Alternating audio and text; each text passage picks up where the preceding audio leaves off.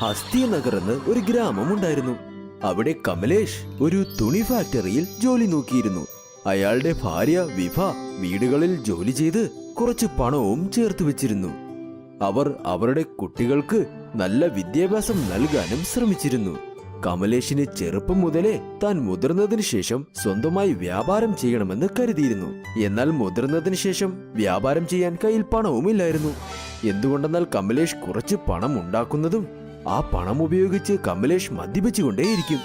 കമലേഷിന്റെ ഈ മദ്യപാനശീലം കാരണം അയാളുടെ ഭാര്യയും മക്കളും ഒരുപാട് ബുദ്ധിമുട്ട് അനുഭവിച്ചിരുന്നു. കമലേഷ് ഫാക്ടറിയിൽ ജോലി ചെയ്ത് എത്രത്തോളം പണം ഉണ്ടാക്കുന്നോ അതെല്ലാം മദ്യപിക്കാൻ മാത്രം ചിലവ് ചെയ്യുമായിരുന്നു. ഒരു ദിവസം, നിങ്ങൾ ഈ മദ്യപാനശീലം നിർത്തിയേ പറ്റൂ. നമ്മുടെ മക്കളും ഇപ്പോൾ വളർന്നു വലുതായി. ഇത് അവരുടെ സ്വഭാവത്തെയും നല്ല രീതിയിൽ ബാധിക്കും. മദ്യപിച്ചെന്നോ? ഒരാഴ്ചയായിട്ട് ഞാൻ മദ്യപിച്ചിട്ടേ ഇല്ല. എനിക്കും ആഗ്രഹമില്ലാഞ്ഞിട്ടല്ല. നമ്മുടെ മകൻ വളർന്നു വലുതാകുന്നതും ഒരു വലിയ ആളായി മാറും. നിങ്ങൾ മദ്യപാനശീലം നിർത്തുന്നത് പോലെ ഒരു നല്ലൊരു ജോലിയും കണ്ടുപിടിക്കാൻ നോക്ക്. ഞാൻ തുണി ഫാക്ടറിയിൽ പോയി എല്ലാവരോടും ഒരു നല്ല ബന്ധം സ്ഥാപിച്ചിട്ടുണ്ട്. ഞാൻ ഇപ്പോൾ ഒരു കച്ചവടം തുടങ്ങിയാൽ ഞാൻ എങ്ങനെ സംസാരിക്കുന്നോ അങ്ങനെ തന്നെ നടക്കും. നമ്മുടെ കച്ചവടം നല്ല രീതിയിൽ പോകുന്നത് പോലെ അങ്ങനെ നിങ്ങൾ എന്താ ചെയ്യാൻ പോകുന്നത്? നിങ്ങൾ വീണ്ടും മദ്യപാനശീലത്തിന് അടിമയാകുന്നതിന് മുൻപ് നിങ്ങൾ ഒരു തവണയെങ്കിലും എന്റെ മന്ത്രവാദി അമ്മാവനെ ഒന്ന് കണ്ടു നോക്ക്. വിഭ തന്റെ ഭർത്താവ് വീണ്ടും മദ്യപാനത്തിന് അടിമയാകരുതെന്ന് കരുതി കമലേഷിനെ തന്റെ മന്ത്രവാദി അമ്മാവന്റെ അടുത്തേക്ക് കൂട്ടിക്കൊണ്ടുപോയി. കമലേഷും തന്റെ കുടുംബത്തിന്റെയും കുട്ടികളുടെയും നല്ല ഭാവിയെക്കുറിച്ച് ഓർത്ത് വിഭ പറയുന്നത് കേട്ട് അവിടേക്ക് പോയി. അമ്മാവ, ഇതാണ് എന്റെ ഭർത്താവ്. ഇദ്ദേഹത്തെ കുറിച്ചാണ് ഞാൻ പറഞ്ഞിരുന്നത്. ഇദ്ദേഹത്തിന്റെ മദ്യപാനശീലം മാറ്റിത്തരണം. ഓം ഗ്ലിം ഗ്ലിം ബാദർബോൾ ബാദർബോൾ ബാദർബോൾ. ഇവിടെ നോക്കൂ വിഭേ, നിന്റെ എല്ലാ ബുദ്ധിമുട്ടുകളും നമുക്കറിയാം. കമലേഷിനെ ഞാൻ ശരിപ്പെടുത്തിയെടുക്കാം. എന്നാൽ ഞാൻ ചില ആഴ്ചകളായി മദ്യപിച്ചിട്ടേ ഇല്ലല്ലോ. എനിക്കിവിടെ നിന്നും പോകണം. ഞാനിനി മദ്യപിക്കുകയില്ല. ഞാൻ എല്ലാം ഉപേക്ഷിച്ച് എന്റെ കുടുംബത്തിന് ഏതാണോ നല്ലത് അത് ചെയ്യാമെന്ന് ഒരുങ്ങിയിരിക്കുകയാണ്. ഞാൻ നിന്നെ ഒന്നും ചെയ്തിട്ടില്ല. ഇതെല്ലാം നിന്റെ നന്മയ്ക്ക് വേണ്ടിയാണ്. ലഹരിക്കും തന്റെ നാശത്തിനും തമ്മിൽ ഒരു തരത്തിലുമുള്ള വ്യത്യാസമേ ഇല്ല. നീ ലഹരിക്ക് അടിമയായാൽ നിന്നെ നീ നശിപ്പിച്ചതിന് സമമാണ്. ശരി, നീ പറയൂ, നീ ഏത് കച്ചവടമാണ് തുടങ്ങാൻ പോകുന്നത്? ഞാൻ ദോശക്കച്ചവടം ചെയ്യാമെന്ന് കരുതുക. ഞാൻ ദോശ വളരെ നന്നായി ഉണ്ടാക്കും. ഞാനൊരു വണ്ടിയും വാടകയ്ക്കെടുത്ത് ദോശ ഉണ്ടാക്കി വിൽക്കാം. ഇദ്ദേഹം പറയുന്നത് ശരിയാ. ഇദ്ദേഹം ദോശ വളരെ നന്നായി ഉണ്ടാക്കും. പിന്നെ കഴിഞ്ഞ ആഴ്ചകളായിട്ട് ഇദ്ദേഹം കുടിക്കുന്നതുമില്ല. നിങ്ങൾ ഞങ്ങൾക്ക് കുറച്ച് പണം തന്നു നോക്കൂ. ഞാൻ ഇദ്ദേഹത്തിന് ദോശ ചെയ്യാൻ സഹായിച്ച് ദോശയുടെ കച്ചവടവും തുടങ്ങാം. മന്ത്രവാദി അവർക്ക് കുറച്ച് പണവും കൊടുത്തു. അവർ അടുത്ത ദിവസം തന്നെ ആ പണം ഉപയോഗിച്ച് ഒരു ദോശക്കടയും അവർ തുടങ്ങി. എന്നാൽ കമലേഷും വിഭയും കരുതിയതുപോലെ അവിടെ ഒന്നും സംഭവിച്ചില്ല. കമലേഷിന്റെ ദോശക്കച്ചവടം ശരിക്കും നടന്നതേയില്ല. അമ്മാവൻ തന്ന പണം എല്ലാം തീരാറായി. ഇപ്പോൾ നമ്മുടെ കയ്യിൽ ഒരുപാട് സമയവുമില്ല. അതല്ലെങ്കിൽ നിങ്ങൾ വീണ്ടും ആ തുണി ഫാക്ടറിയിൽ ജോലി ചെയ്യേണ്ടി വരും. എന്റെ ഭാര്യയെ ഞാൻ ട്രൈ ചെയ്യുന്നുണ്ടല്ലോ. എന്നിട്ടും എന്തുകൊണ്ടാണ് നമ്മുടെ കടയിൽ കച്ചവടം നടക്കാത്തതെന്ന് എനിക്ക് മനസ്സിലാകുന്നില്ല. നമ്മൾ രണ്ടുപേരും കാരണമായി എന്തോ തെറ്റ് സംഭവിക്കുന്നത്. ഇനി ഒരു ദിവസം കൂടി നമുക്ക് ദോശക്കട ഇട്ട് നോക്കാം. കച്ചവടം നന്നായി പോയാൽ നമുക്ക് ഇത് തന്നെ തുടരാം. ഇല്ലെങ്കിൽ നമുക്ക് അമ്മാവന്റെ അടുത്ത് പോയി സഹായം ചോദിക്കാം. നീ പറഞ്ഞതുപോലെ നടക്കട്ടെ. നീയും നിന്റെ ഒരു അമ്മാവനും. അയാളൊരു മന്ത്രവാദിയാണോ? അയാൾ ചെയ്യുന്നതെല്ലാം കൺകെട്ട് വിദ്യ. എന്ത് ചെയ്യാനാ? വെറുതെ ഇരിക്കൂ. നാളത്തേക്ക് വേണ്ട കാര്യങ്ങൾ ചെയ്യൂ. വിഭ പറയുന്നത് കേട്ട് കമലേഷ് അടുത്ത ദിവസത്തിന് വേണ്ട ഒരുക്കങ്ങളെല്ലാം ചെയ്തു. അടുത്ത ദിവസം വിഭയും കമലേഷും കട തുറന്നപ്പോൾ അവരുടെ കടയിലേക്ക് ഒരു കൂട്ടം ആൾക്കാർ വന്നു. ഇത് കണ്ടപ്പോൾ രണ്ടുപേർക്കും ഒരുപാട് സന്തോഷമായി. ഇന്നലത്തേത് കമ്പയർ ചെയ്താൽ ഇന്ന് നല്ല കച്ചവടം നടക്കുന്നുണ്ട്. ദൈവമേ, ഇങ്ങനെ നല്ല രീതിയിൽ കച്ചവടം നടക്കണേ. നമ്മളും ഇംപ്രൂവ് ആകണം. എന്നാൽ ഈ പണം ഉപയോഗിച്ച് നിങ്ങൾ വീണ്ടും കുടിക്കരുതെന്ന് ഓർത്തോളൂ. നമുക്ക് ഈ പണം എന്റെ മന്ത്രവാദി അമ്മാവന് തിരിച്ചു കൊടുക്കേണ്ടതാ. കമലേഷ് വിഭ പറയുന്നത് കേൾക്കാതെ ആ പണത്തിൽ നിന്നും കുറച്ച് പണമെടുത്ത് രാത്രി ആരെയും അറിയിക്കാതെ നന്നായി മദ്യപിച്ച് വീട്ടിൽ വന്ന് കിടന്നു. അടുത്ത ദിവസം കമലേഷും വിഭയും കട തുറന്നപ്പോൾ അവിടെ ഒരു കസ്റ്റമേഴ്സും വന്നില്ല. എന്തിന് കസ്റ്റമർ ആ സ്ഥലത്തിൽ ഒരു ഈച്ച പോലും അപ്പോൾ വന്നില്ല. അവരുടെ ദോശക്കടയിൽ വരാതെ ബാക്കിയുള്ള ദോശക്കടയിലെല്ലാം കൂട്ടമായിരുന്നു. ഈ ജനങ്ങൾക്ക് എന്തു പറ്റി? ഇന്നലെ നടന്ന കച്ചവടത്തിന് ഇന്ന് ഒരുപാട് ദോശ ആവശ്യം വരുമെന്ന് കൂടുതൽ മാവ് മറിച്ചു. ഇന്ന് നമുക്ക് കച്ചവടം നടന്നില്ലെങ്കിൽ ഇതെല്ലാം നമ്മൾ എന്ത് ചെയ്യും? നമ്മുടെ കടയിലല്ലാതെ എല്ലാ കടയിലും നല്ല കച്ചവടമുണ്ട്. നമ്മൾ ഇവിടെ ഈച്ച ഓടിച്ചുകൊണ്ടിരിക്കുക. നമ്മൾ ഉറപ്പായും എന്തോ തെറ്റ് ചെയ്തിട്ടുണ്ട്. ഇതിനെക്കുറിച്ച് നമുക്ക് അമ്മാവനോട് പറഞ്ഞേ പറ്റൂ. നമുക്കവിടെ പോകേണ്ട ഒരാവശ്യമില്ല. ഇതുകൊണ്ട് നമുക്ക് അഡ്ജസ്റ്റ് ചെയ്യാം. ആദ്യം കമലേഷ് വിഭ പറയുന്നത് കേട്ടതേയില്ല. എന്നാൽ വിഭ നിർബന്ധിച്ചതുകൊണ്ട് അയാൾക്ക് വിഭയുടെ കൂടെ വിഭയുടെ മന്ത്രവാദി അമ്മാവന്റെ അടുത്തേക്ക് പോകേണ്ടി വന്നു. ആ മന്ത്രവാദിയുടെ അടുത്തേക്ക് പോയതും അവിടെ എന്തോ അപ്പോൾ സംഭവിക്കാൻ പോകുന്നെന്ന് കമലേഷിന് മനസ്സിലായി. ഓം ഹെം ക്ലിം, ഓം ഹെം ക്ലിം ബാഗുൽ ബോൾ, ബാഗഡ് ബോൾ. നിങ്ങൾ ഇവിടെ എന്തിനു വന്നുവെന്ന് എനിക്ക് വളരെ നന്നായി തന്നെ അറിയാം. വിഭേ, നിന്റെ ബുദ്ധിമുട്ടുകൾ നീ ഇപ്പോൾ എന്നോട് പറയാനല്ലേ വന്നിരിക്കുന്നത്? ഞാൻ ബുദ്ധിമുട്ട് എന്റെ കൂടെ കൊണ്ടുവന്നെന്നോ? എന്താ പറയുന്നേ? എനിക്ക് മനസ്സിലാകുന്നില്ല. മന്ത്രവാദി പറഞ്ഞത് കേട്ട് കമലേഷ് തന്റെ മുഖം മറച്ചു. ബാഗഡ് ബോൾ, ബാഗഡ് ബോൾ. ഒളിപ്പിക്കണ്ട. നീ മുൻപിലേക്ക് വന്ന് നീ ചെയ്ത തെറ്റ് തന്നെ സമ്മതിക്ക്. ഇല്ലെങ്കിൽ ഇതേപോലെ ജീവിതത്തിൽ ഒന്നും സംഭവിക്കരുത്. നീ തന്നെ മുൻപിലേക്ക് വാ. മുൻപിലേക്ക് വന്ന് നീ നിന്റെ തെറ്റ് സമ്മതിക്ക്. അദ്ദേഹം അങ്ങനെ എന്താ ചെയ്തത്? നിങ്ങൾ എന്നോട് പറയൂ. ഞാൻ ഇദ്ദേഹത്തെ വിടില്ല. ഞാൻ ഇദ്ദേഹത്തെ നോക്കിക്കൊള്ളാം. നീ തുടക്കത്തിൽ തന്നെ നല്ല രീതിയിൽ ശ്രദ്ധിച്ചിരുന്നെങ്കിൽ ഈ ബുദ്ധിമുട്ട് നിനക്ക് ഒരിക്കലും വരികയില്ലായിരുന്നു. ഞാനൊന്നും ചെയ്തില്ലല്ലോ. ഞാൻ കാരണം ഒരു തെറ്റും സംഭവിച്ചിട്ടില്ല. ബാഗഡ് ബോൾ, ബാഗഡ് ബോൾ. ഞാൻ നിന്നോട് ആദ്യമേ പറഞ്ഞിരുന്നു നീ മദ്യപിക്കാനേ പാടില്ല എന്ന്, മദ്യപാനം നിർത്തണമെന്ന്. എന്നാൽ നീ ഞാൻ പറഞ്ഞത് കേട്ടില്ല. നീ എപ്പോഴാണോ മദ്യപിക്കാൻ തുടങ്ങിയത്, എപ്പോൾ നീ ആ മദ്യത്തിൽ കൈതൊട്ടോ അപ്പോൾ തന്നെ നിന്റെ കച്ചവടം നഷ്ടത്തിലാകാൻ തുടങ്ങി. കമലേഷ് മനസ്സിൽ വെച്ചിരുന്ന ആ കളങ്കം എല്ലാവരും അപ്പോൾ അറിഞ്ഞപ്പോൾ അവൻ തന്നെ ഇങ്ങനെ പറയാൻ തുടങ്ങി. സ്വാമി, എന്നോട് ക്ഷമിക്കൂ. ഞാനിനി ഈ തെറ്റ് ചെയ്യുകയില്ല. പ്ലീസ് എന്നോട് ക്ഷമിക്കൂ. ഞാൻ അറിയാതെ ഈ തെറ്റ് ചെയ്തതാ. അങ്ങനെ നിങ്ങൾ എന്താ ചെയ്തത്? വിഭയെയും മന്ത്രവാദിയെയും പേടിച്ച് കമലേഷ് അപ്പോൾ എല്ലാ സത്യവും പറഞ്ഞു. എല്ലാ രാത്രിയും വീട്ടിൽ നിന്നും പണം മോഷ്ടിച്ച് ഞാൻ നന്നായി കുടിക്കുമായിരുന്നു. എപ്പോൾ ഞങ്ങളുടെ കച്ചവടം നല്ല രീതിയിൽ പോയോ അന്നും ഞാൻ മദ്യപിച്ചിരുന്നു, അതും പണം മോഷ്ടിച്ച്. എന്നോട് ക്ഷമിക്കൂ. ഇങ്ങനെ ഒരു തെറ്റിന് ഞാൻ ചെയ്യുകയില്ല. കമലേഷ് മാപ്പ് ചോദിച്ചതും മന്ത്രവാദി ഇങ്ങനെ പറഞ്ഞു. ബാഗഡ് ബോൾ. മാപ്പ് തരണമെങ്കിൽ അതിന് ഒരു നിബന്ധനയുണ്ട്.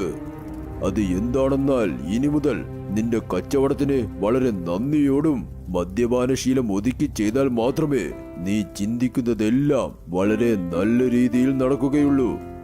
നിങ്ങൾ പറഞ്ഞതുപോലെ ഞാൻ ചെയ്യാൻ സ്വാമി. മദ്യപിക്കാതെ നല്ല രീതിയിൽ കച്ചവടം നോക്കാം. ഇതാ എന്റെ വക മാഗി. ഇന്നു മുതൽ നീ ദോശയല്ല, മാഗി ദോശയുണ്ടാക്കി വിൽക്ക്.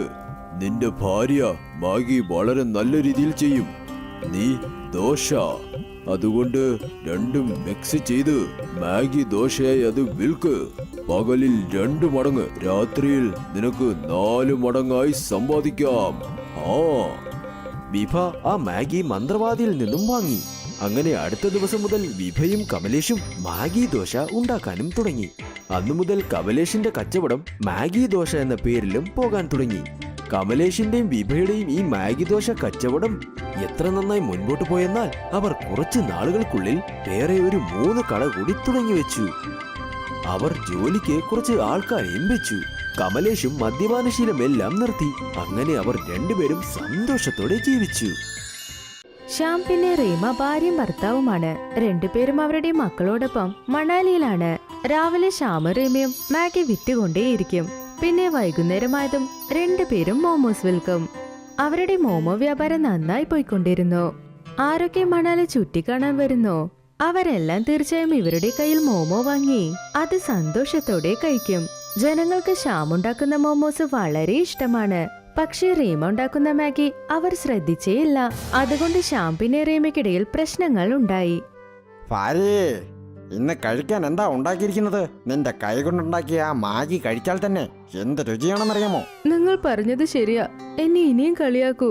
ഞാൻ ഇനിയും കേൾക്കണം. പുറത്തുള്ള ആൾക്കാർക്കും എന്റെ മാഗി അത്ര ഇഷ്ടമല്ല. ഇപ്പൊ നിങ്ങളും പറയാൻ തുടങ്ങി. റീമ ദേഷ്യത്തോടെ അടുക്കളയിലേക്ക് പോയി. ഒരു ദിവസം ശ്യാമിന്റെ കടയിലേക്ക് ഒരാൾ വന്ന് ശ്യാമോട് ഇങ്ങനെ പറഞ്ഞു.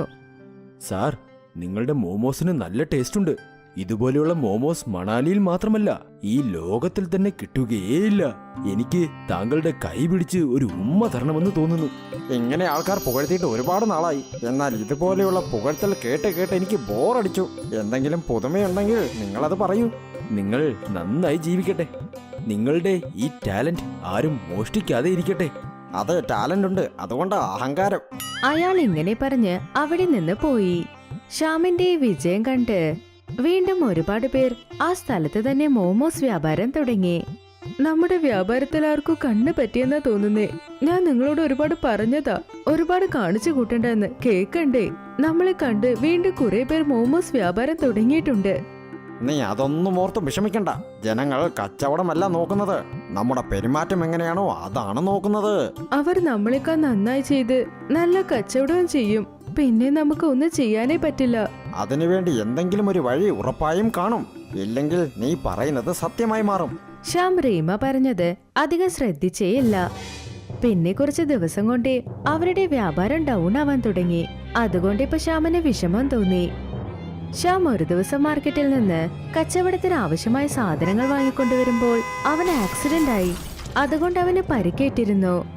വളരെ അധികം പരിക്കേറ്റതുകൊണ്ട് ശ്യാമിന് 3 മാസം വരെ കംപ്ലീറ്റ് ബെഡ് റെസ്റ്റ് വേണമെന്ന് ഡോക്ടർ പറഞ്ഞു. ഇനി ഇയാളെ നല്ലതുപോലെ ശ്രദ്ധിക്കണം. ഇയാളോട് പറയൂ, ആദ്യത്തെ പോലെ ജോലി ചെയ്യരുതെന്ന്. വിശ്രമം വേണം. ശ്യാമിന് പണിയെടുക്കാൻ പറ്റാത്തതുകൊണ്ട് വളരെയധികം വിഷമിച്ചു. അവൻ കുടുംബത്തിലെ കഷ്ടപ്പാട് കണ്ട് റീമയോട് ഇങ്ങനെ പറഞ്ഞു. നമ്മുടെ ജീവിതത്തിൽ ഇങ്ങനെയൊക്കെ സംഭവിച്ചല്ലോ. എനിക്ക് നിന്നെ സഹായിക്കാനും പറ്റിയില്ല. നീ തനിയെ ഇതെല്ലാം എങ്ങനെ നോക്കും? എനിക്ക് എൻ്റെ കുടുംബത്തിനെ തന്നെ സഹായിക്കാൻ പറ്റുന്നില്ലെന്ന അവസ്ഥ വന്നപ്പോൾ എനിക്ക് ഒരുപാട് വിഷമം തോന്നുന്നു. നിങ്ങൾ വീടിനെ കുറിച്ച് വിഷമിക്കണ്ട. നമ്മുടെ കുട്ടികളെ എന്റെ വീട്ടിലേക്ക് ഞാൻ അയച്ചിട്ടുണ്ട്. കുറച്ചു ദിവസം നിങ്ങളെ നോക്കി ഈ വീട് ഞാൻ നോക്കിക്കോളാം. ഒരുപക്ഷെ എനിക്കും നിന്നെ സഹായിക്കാൻ പറ്റിയിരുന്നെങ്കിൽ. റീമ അവളുടെ കച്ചവടം വീണ്ടും തുടങ്ങി. ശ്യാമിന്റെ സഹായമില്ലാത്തതുകൊണ്ട് അവൾക്ക് മാഗി മാത്രമേ ഉണ്ടാക്കി വിൽക്കാൻ സാധിച്ചുള്ളൂ. അങ്ങനെ വ്യാപാരം ഒരുവിധം പോയിക്കൊണ്ടിരുന്നു. ഒരു ദിവസം രാവിലെ റീമ അവളുടെ കട തുറന്നോ ഇല്ലയോ. അതേസമയം ആ സ്ഥലത്ത് ഒരു പാവപ്പെട്ട വയസ്സായ ആൾ ഭിക്ഷ ചോദിച്ചുകൊണ്ട് റീമയുടെ കടയിലേക്ക് വന്നു. ആ പാവപ്പെട്ട വയസ്സായ ആൾ റീമയെ കടയിൽ കണ്ട് ശ്യാമിനായി നോക്കിക്കൊണ്ടേയിരുന്നു. മോളെ, ഇവിടെ നല്ല രുചിയായിട്ട് മോമോസ് ഉണ്ടാക്കുന്ന ഒരു നല്ല യുവാവുണ്ടായിരുന്നല്ലോ. അവൻ എവിടെ പോയി? അവൻ എനിക്ക് മോമോസ് തന്ന് ഒരുപാട് ദിവസമായി മോളെ. അദ്ദേഹം എന്റെ ഭർത്താവാണ്. അദ്ദേഹത്തിനെ കുറിച്ച് ദിവസം മുന്നേ ആക്സിഡന്റ് ആയി. അതുകൊണ്ട് ഞങ്ങളിപ്പോ മാഗി മാത്രമേ വിൽക്കുന്നുള്ളൂ. ഞാൻ നിങ്ങൾക്ക് മാഗി ചെയ്തു തരാം, നിങ്ങൾ അത് കഴിച്ചോളൂ. റീമ പാവപ്പെട്ട വയസ്സായാൾക്ക് മാഗി ഉണ്ടാക്കി കൊടുത്തു. മാഗി കഴിച്ചതും അദ്ദേഹം ഇങ്ങനെ പറഞ്ഞു. കൊള്ളാം. ഇതുപോലെ രുചിയുള്ളൊരു മാഗി ഞാൻ കഴിച്ചിട്ടേയില്ല.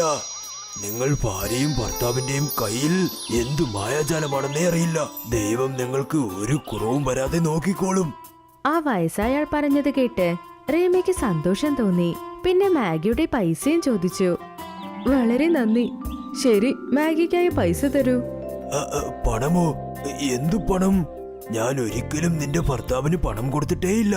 ഞാൻ എപ്പോൾ ഇവിടേക്ക് വരുമ്പോഴും അവൻ എനിക്ക് ഫ്രീ ആയിട്ട് മോമോസ് തരും. അതിരാവിലെ വന്ന് ഇയാൾ എന്റെ ദിവസം തന്നെ നശിപ്പിച്ചു. ഇനി ഇന്നത്തെ ദിവസം തന്നെ പോക്കായിരിക്കും. ആ പാവപ്പെട്ട വയസ്സായാൾ അവിടെ നിന്ന് പോകുമ്പോൾ പെട്ടെന്ന് നിന്ന് ഇങ്ങനെ പറഞ്ഞു. ഞാൻ നിന്റെ ഭർത്താവിന്റെ കൈകൊണ്ട് മോമോസ് കഴിച്ചിട്ട് അവന് ഒരു മാന്ത്രിക രക്ഷ എപ്പോഴും കൊടുക്കുമായിരുന്നു. അതുകൊണ്ടാണ് നിങ്ങളുടെ കടയിൽ നല്ലതുപോലെ കച്ചവടം നടന്നു വന്നിരുന്നത്. അതിലൊന്നു വേണമെങ്കിൽ നിനക്കും ഞാൻ തരാം. ആ വയസ്സായാൾ തന്റെ സഞ്ചിയിൽ നിന്ന് ഒരു ചരട് പുറത്തെടുത്ത് ഇങ്ങനെ പറഞ്ഞു. ഈ രക്ഷ നീ നിന്റെ ഈ കടയിൽ കെട്ടിയിട്. അപ്പോൾ കച്ചവടം എങ്ങനെ നടക്കുന്നെന്നും കണ്ടു. എന്ത് ചരട്? അദ്ദേഹം ഇതിനെക്കുറിച്ച് എന്നോട് സംസാരിച്ചതേ ഇല്ലല്ലോ. ഇതാ, ഇന്നു മുതൽ മാഗിയും മോമോസും ഒരുമിച്ച് ഉണ്ടാക്കി വിൽക്കാൻ തുടങ്ങൂ. നീ മാഗി വളരെ നന്നായി ഉണ്ടാക്കുന്നു. നിന്റെ ഭർത്താവിന്റെ സഹായം കൊണ്ട് മാഗിയും പിന്നെ മോമോസും ഒരുമിച്ചാക്കി അത് നല്ല രീതിയിൽ കച്ചവടം ചെയ്യ്. ഇങ്ങനെ പറഞ്ഞ് ആ വയസ്സായാൾ അവിടെ നിന്ന് പുറപ്പെട്ടു പോയി. റീമ വീട്ടിലേക്ക് പോയതും ശ്യാമിനോട് സംഭവിച്ചതെല്ലാം പറഞ്ഞു. ശ്യാം എല്ലാം കേട്ടുകൊണ്ട് ഇങ്ങനെ പറഞ്ഞു. ഒരുപാട് വർഷങ്ങൾക്ക് മുൻപ് ആ ദരിദ്രനായ സ്വാമിജി ഒരു തവണ നമ്മുടെ കടയിലേക്ക് വന്നിരുന്നു. ഞാൻ അദ്ദേഹത്തിന് മോമോസ് ഫ്രീ ആയിട്ട് കൊടുത്തു. അങ്ങനെ കൊടുത്തപ്പോൾ അദ്ദേഹം എനിക്കൊരു രക്ഷയും തന്നു. അത് ഞാൻ നമ്മുടെ മോമോസ് ഉണ്ടാക്കുന്ന കടയിലും കെട്ടി. നല്ല രീതിയിൽ കച്ചവടവും നടന്നു. ഇത് അതേ മാന്ത്രിക രക്ഷയാണെന്ന് തോന്നുന്നു. അദ്ദേഹം അതിനോടൊപ്പം നമ്മൾ മാഗി മോമോ ഒരുമിച്ച് വെച്ച് മാഗി മോമോസ് വിൽക്കാനായി പറഞ്ഞു. അദ്ദേഹം എങ്ങനെയാണോ പറഞ്ഞത് അങ്ങനെ തന്നെ നമ്മൾ ചെയ്തേ പറ്റൂ. ഇതിലൂടെ നമ്മുടെ കച്ചവടവും വളരെ നന്നായി മാറും. ശ്യാം പറഞ്ഞത് കേട്ടുകൊണ്ട് റീമ തന്റെ കടയിൽ ആ പാവപ്പെട്ട വയസ്സാൾ കൊടുത്ത ചരട് കെട്ടിവെച്ചു. പിന്നെ മാഗി മോമോസും ഉണ്ടാക്കാൻ തുടങ്ങി. അങ്ങനെ നോക്കി നിൽക്കെ തന്നെ മണാലിയിലുള്ള എല്ലാവരും മാഗി മോമോസിനെ കുറിച്ചേ സംസാരിച്ചു. റീമ ഉണ്ടാക്കുന്ന മാഗി മോമോസ് മണാലിക്ക് വരുന്ന ടൂറിസ്റ്റിന് എത്ര ഇഷ്ടപ്പെട്ടു എന്നോ എല്ലാവരും അത് തന്നെ ചോദിച്ചു വാങ്ങി കഴിച്ചുകൊണ്ടിരുന്നു. മറ്റുള്ള മോമോസ് വ്യാപാരികളെല്ലാം അവരുടെ കട പൂട്ടി അവിടെ നിന്ന് തന്നെ പോയി. ഇപ്പൊ ശ്യാമിന്റെ ആരോഗ്യവും ആദ്യത്തേക്കാൾ കുറച്ച് ഭേദമായി. ഇനി ഞാനും നിന്നെ സഹായിക്കാം. നമ്മുടെ കച്ചവടം വളരെ നന്നായി മുൻപോട്ട് പോകും. നമ്മുടെ മാഗി മോമോസ് എല്ലാവർക്കും ഒരുപാട് ഇഷ്ടമാണ്. അതുകൊണ്ട് നമുക്ക് നമ്മുടെ തള്ളുവണ്ടി ഒരു ക്യാൻറ്റീനായി മാറ്റിയാൽ നന്നായിരിക്കും. അതിൽ നമുക്ക് വിധവിധമായ മാഗി മോമോസ് ഉണ്ടാക്കാം. നമുക്കും ഒരുപാട് ലാഭം കിട്ടും. ക്യാൻറ്റീൻ മാത്രമല്ല, നമുക്ക് മോമോസിന്റെ ഒരു ഫാക്ടറി തന്നെ തുടങ്ങാൻ പറ്റും. നീ നമ്മുടെ കുടുംബത്തിനെ വളരെ നന്നായി തന്നെ നോക്കി. ഞാൻ അവിടെ ഇല്ലാതെ ഇരുന്നിട്ട് പോലും ഇതെല്ലാം ഓർക്കുമ്പോൾ തന്നെ എനിക്ക് അഭിമാനം തോന്നുന്നു. ശ്യാമും റീമയും ചേർന്ന് ഒരു വലിയ മോമോസ് ക്യാൻറ്റീൻ ആരംഭിച്ചു. ഇപ്പൊ അവരുടെ വ്യാപാരം മുന്നേറ്റേക്കാൾ വളരെ നന്നായി പോകുന്നു. ഇപ്പൊ വീണ്ടും അവരുടെ കുടുംബത്തോടൊപ്പം വളരെ സന്തോഷമായി ജീവിച്ചു. മധുമതിക്ക് 2 പുത്രന്മാരാണ്, അജയ് പിന്നെ വിജയ്. അജയ് പ്രഗ്യയെ കല്യാണം കഴിച്ചു, പിന്നെ വിജയ് സന്ധ്യയെയും. പ്രഗ്യ വീട്ടിലെ മൂത്ത മരുമകളായതുകൊണ്ട് എല്ലാ ജോലികളും ചെയ്തു. എന്നാലും പ്രഗ്യയെ എപ്പോഴും അവർ ശാസിച്ചുകൊണ്ടേയിരിക്കും. കാരണം അവൾക്ക് പഠിത്തം കുറവാണ്. മധുമതി, നിന്റെ മൂത്ത മരുമകൾ നല്ല രുചിയുള്ള ആഹാരം ഉണ്ടാക്കുന്നുണ്ട്.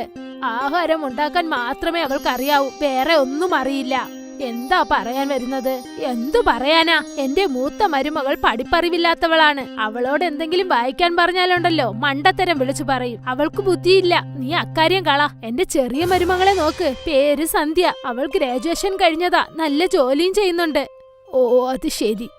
മാലതിക്ക് വളരെ കഷ്ടം തോന്നി. അതായത് മധുമതി ഒന്നും ആലോചിക്കാതെ പ്രഗ്യയെ കുറിച്ച് എന്തൊക്കെയോ പറഞ്ഞു. ഒരു ദിവസം എന്തു സംഭവിച്ചെന്നാൽ അജയും വിജയും വീട്ടിലേക്ക് വന്നു. അവർ രണ്ടുപേരും വളരെ ടെൻഷനോടെ ആയിരുന്നു. എന്തുപറ്റി? എന്താ നിങ്ങൾ രണ്ടുപേരുടെ മുഖവും ഒരു മാതിരി ഇരിക്കുന്നത്? കോർപ്പറേഷനിൽ നിന്ന് നോട്ടീസ് അയച്ചിട്ടുണ്ട്, ഈ വീട് ഇല്ലീഗൽ ആണെന്ന്. എത്രയും പെട്ടെന്ന് നമ്മുടെ വീട് ഇടിക്കുന്ന പറയുന്നത്. ഇവിടെ ജീവിക്കാൻ തുടങ്ങിയിട്ട് ഒരുപാട് വർഷങ്ങളായി, പിന്നെ എങ്ങനെ ഈ വീട് ഇല്ലീഗലാകാനാ? അറിയില്ലമ്മേ, ഒന്നും മനസ്സിലാവുന്നില്ല. പിന്നീടെന്താ? തുടർന്ന് അജയും വിജയും കോർട്ടിലേക്കും വീട്ടിലേക്കും നടന്നുകൊണ്ടേയിരുന്നു. മാസങ്ങൾ കടന്നുപോയി. അവസാനം കോർട്ടിൽ നിന്നും തീർപ്പ് വന്നു. നിങ്ങളുടെ വീട് ഇല്ലീഗൽ. പിന്നെ എത്രയും പെട്ടെന്ന് തന്നെ കോർപ്പറേഷൻ ആ വീട് ഇടിക്കും. ഇത് കേട്ടതും മധുമതി ആകെ പരിഭ്രമത്തിലായി. വീട്ടിലുള്ള എല്ലാവർക്കും വളരെ വിഷമമായി. പിന്നെ അടുത്ത ദിവസം തന്നെ വിജയ് അജയെ കാണാനായി എത്തി. ചേട്ടാ, എനിക്ക് കമ്പനി ഒരു ഫ്ലാറ്റ് തന്നിട്ടുണ്ട്. ഇത് വളരെ നല്ല കാര്യമാണല്ലോ. പക്ഷേ ഫ്ലാറ്റ് വളരെ ചെറുതാണ്, നമ്മളെ കൊണ്ട് എല്ലാവർക്കും നിൽക്കാൻ പറ്റില്ല. അതുകൊണ്ട് ഞാനും സന്ധ്യ എന്താ തീരുമാനിച്ചാൽ ഞങ്ങൾ ഇവിടുന്ന് ഷിഫ്റ്റ് ആവാൻ പോവാണ്.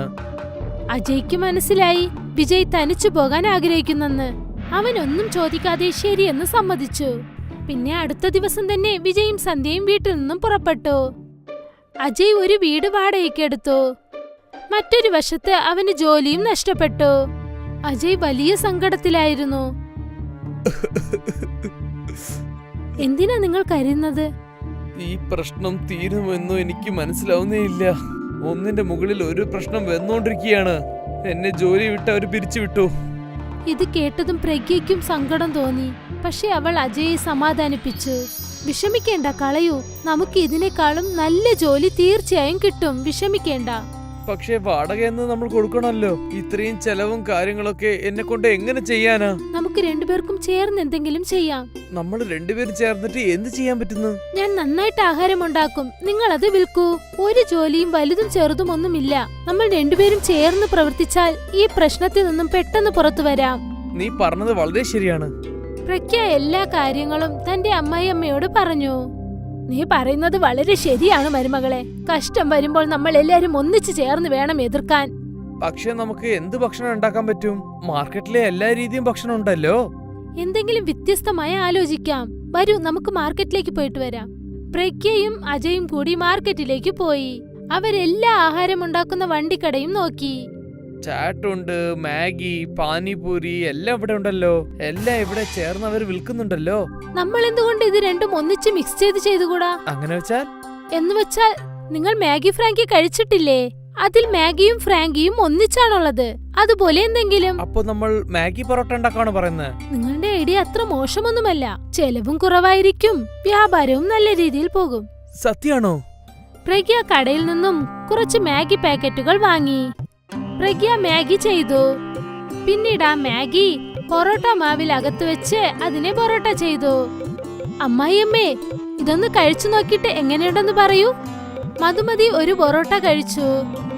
അല്ല മരുമകളെ, ഇത് കഴിക്കാൻ വളരെ നന്നായിട്ടുണ്ട്.